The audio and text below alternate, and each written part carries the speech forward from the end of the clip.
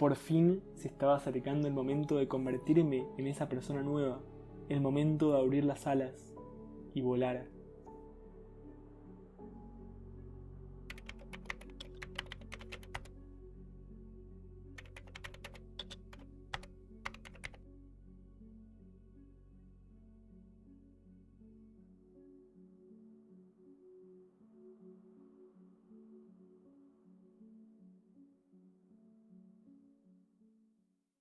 Todo empezó con un documental. ¿Todo empezó con un documental? ¿O con ese chico que ni sabía quién era? ¿Con esa careta y personaje que aparentaba ser? ¿O con ese miedo que controlaba su vida? ¿O con esa primera persona a la que le compartió sus miedos? Antes del documental ya habían empezado las preguntas. Preguntas que amenazaban constantemente en obligarme a parar. Preguntas que aparecían con insistencia, en las que no tenía respuesta, a las que no quería ver muy de cerca.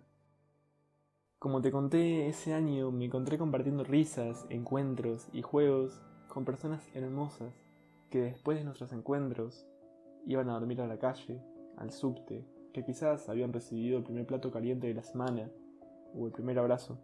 Y empecé a darme cuenta de que tenía toda esta enorme cantidad de privilegios que no todo el mundo tenía. No entendía por qué. ¿Por qué no todo el mundo tenía una cama caliente a la que ir? ¿Por qué no contaban con alimento? ¿Por qué la normalidad era esa? ¿Por qué no se hacía nada? ¿Cómo es que dejábamos que pase eso? Caminamos al lado de personas que prácticamente están muriendo de hambre y no le damos ni nuestra mirada. ¿Por qué? En el voluntariado le enseñaba a leer y a escribir a un chico de 11 años y compartía abrazos y muchas felicidades con chicos y chicas que venían sin comer nada, que muy probablemente eran violentados en sus casas.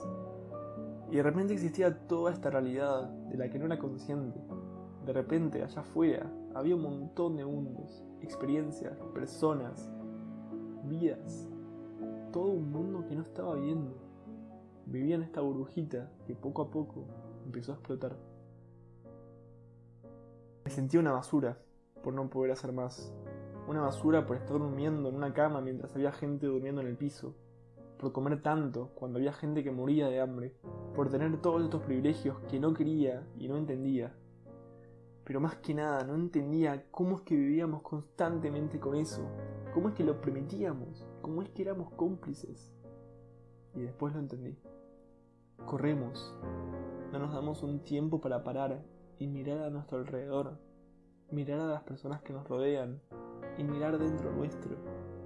Todas las obligaciones, responsabilidades, la televisión, los medios de comunicación, la novela, la serie, la película, el celular, las redes sociales, es todo como un gran barullo que grita y que nos obliga a movernos todo el tiempo. Empecé a entender la importancia del silencio, silencio para pensar, para escuchar, para ver, no solo nuestro interior, sino al resto de las personas, al resto de mundos que conviven a nuestro alrededor.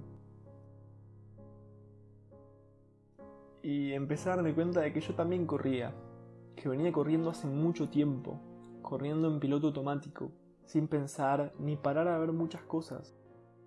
Con todas las realidades que empecé a conocer, me encontré parando y reflexionando sobre mi andar, sobre mi propia realidad, y eso me hizo empezar a caminar más despacio. Pero no me animaba a parar. Faltaba un último sacudón.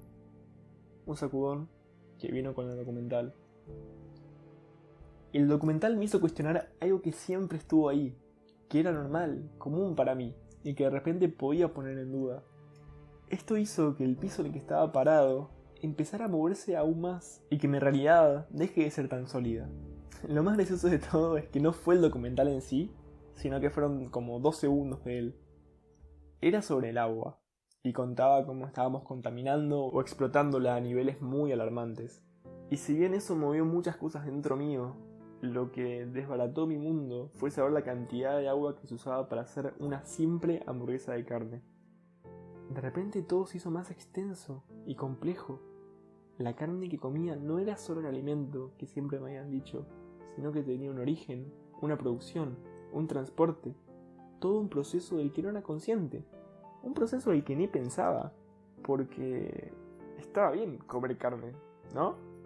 Eso me dijeron siempre. ¿Para qué darle tantas vueltas? Pero sí, si hay algo que estaba aprendiendo es que es importante darle vueltas, todas las vueltas necesarias, porque empecé a darme cuenta de que había muchas cosas que ignoraba. ¿Qué más había allá afuera de lo que no estaba al tanto? Así que me puse a investigar, mucho. Fue como si de repente alguien me sacara una venda de los ojos y pudiera ver con más claridad, pensar con más claridad. La realidad se hizo mucho más compleja y muchísimas preguntas empezaron a surgir. Investigar sobre todo esto hizo que me topara con un montón de cosas y de repente estaba leyendo un informe del panel intergubernamental del cambio climático, avalado por miles de científicos, que decía que en tan solo 10 años íbamos a llegar a un punto de no retorno y que las cosas se iban a poner feas.